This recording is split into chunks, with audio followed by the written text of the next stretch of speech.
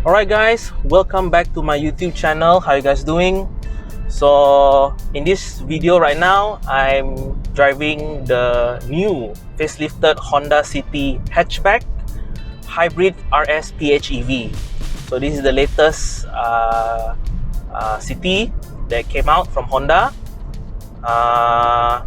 First impression straight away, what I like about this car is the suspension.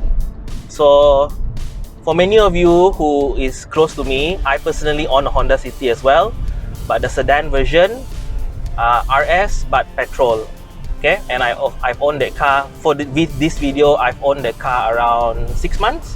Okay, and then Honda launched this lah, the new City hatchback.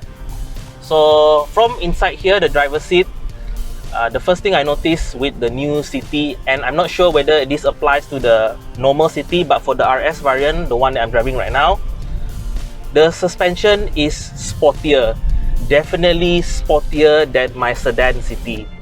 Going over big bump or angulation, I don't notice a lot of bounciness with this particular car.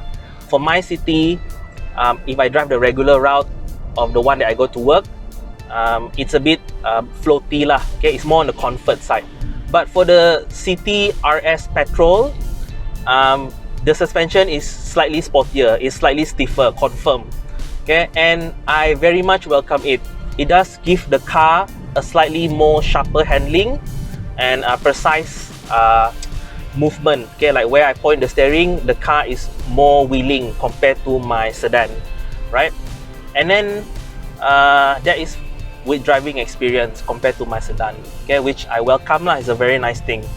And then another thing that I noticed with the hatchback compared to the sedan is obviously the back end of the car. So basically the hatchback, you chop off the rear boot.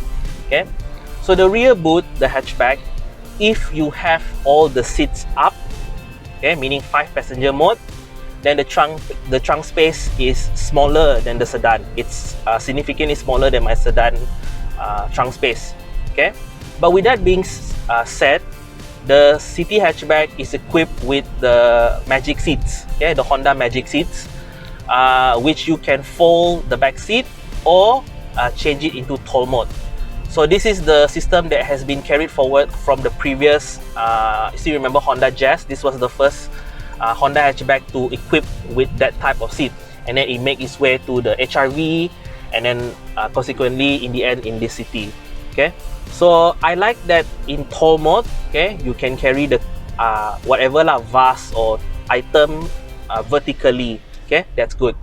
And then I noticed as well with the back seat, if you fold the seat all down, so meaning 2 passenger mode, the back seat transform into a very big loading bay, and the seat is flat. Like there's no, like for my sedan, if I fold the back seat, you can still have a little bit of like that curve, you know, between the boot and the seat. But this one, if you fold it flat, the mechanism gives the rear loading bay a flat space, so you can carry your washing machine, your TV, whatnot, and this City can do it. Okay, so in its 2 passenger mode, it is way more practical than my sedan. Okay, but in 5 passenger mode, the sedan is more practical thanks to its larger boot space. Okay, so you have give or take with both the sedan and the hatchback. So this is what I noticed. All right, and then another thing I noticed in the back seat, particularly the rear seat of the hatchback, the back side lah, okay, is slightly more upright compared to the hatchback. So the hatchback, compared to the sedan, my sedan is slightly more reclined, so it just gives you a slightly more relaxed posture. But not to say like this hatchback is not comfortable. It's not. Okay, it's just that the seat is slightly more upright. And I noticed that in the hatchback, this one, you have adjustable headrests, whereas the sedan, you can't adjust the headrest. And then another thing is that the hatchback version, unfortunately, you don't have armrest in the back, the center armrest. So the one in the sedan, you have an armrest with cup holder. This one, you don't have. So again, with both the sedan and the hatchback, there's like a give or take. Okay, there are things you can get in the sedan but you cannot get in the hatchback, but there are the things you can get in the hatchback but you cannot get it in the sedan variant. Okay, now the PHEV, the top spec City RS is using the hybrid system, whereas the rest of the City is the normal 1.5 iVTEC. So this hybrid system, okay, from my understanding is that the City itself is already an electric car. Okay, when you move forward, the electric motor is the one that push you forward. The engine in the City, which is a 1.5 liter Atkinson cycle engine, acts more of a generator. Okay, the generator to power up the battery, and then the battery is the one that sends power to the electric motor. Okay, but the electric motor is responsive. Okay, it is responsive. It is performance-wise, I have a mixed feeling about the performance. Sometimes I feel like it's more faster than my petrol engine. Sometimes I feel like it's just the same. So it's hard for me to differentiate the two systems. But the one thing that the hybrid system is much better than the petrol, if it's fuel consumption. Okay, because the engine in the City is mostly of the time just to charge or the battery. Okay, so it uses less petrol compared to the petrol normal NA petrol version. So if you are buying a B segment car and your aim is more on the fuel efficiency, then the hybrid is definitely more fuel efficient compared to the petrol. Okay, now the other thing that that the petrol lacks and the hybrid system has is electronic parking brake. So for the petrol variant, even with the hatchback one, what do you call this? It's still using the traditional handbrake. If you get the hybrid like this one, it is what do you call this, electronic. And I'm also happy to report that for the petrol variant, the back seat now has aircon vents, which the previous what do you call this, the previous City hatchback does not. Okay, even if you get it with the V spec, it does not come with rear air vents. But for the City facelifted hatchback, the V spec now has rear aircon vent, so it's similar to the sedan lah. So that's good, right? Basically, Honda did listen to the customer lah, right? Because in Malaysia, not having rear aircon, you know our weather now is so hot. Having rear aircon vents is like a godsend. Which brings me to another topic lah. Like today, B segment car already have rear aircon vents. That's how far the segment has improved. Okay, last time a car with rear aircon vents is only reserved for like Accord or Camry. You know, even Corolla or Civic last time don't have this feature. Now you can get it in a B segment car. So that tells me that, to me lah, even you get a B segment car, it is enough for you to have a comfortable or modern car lah, right? And then before we go, I want to touch base on the exterior of the City Hatchback. So obviously, the City Hatchback is the shorter version of the sedan.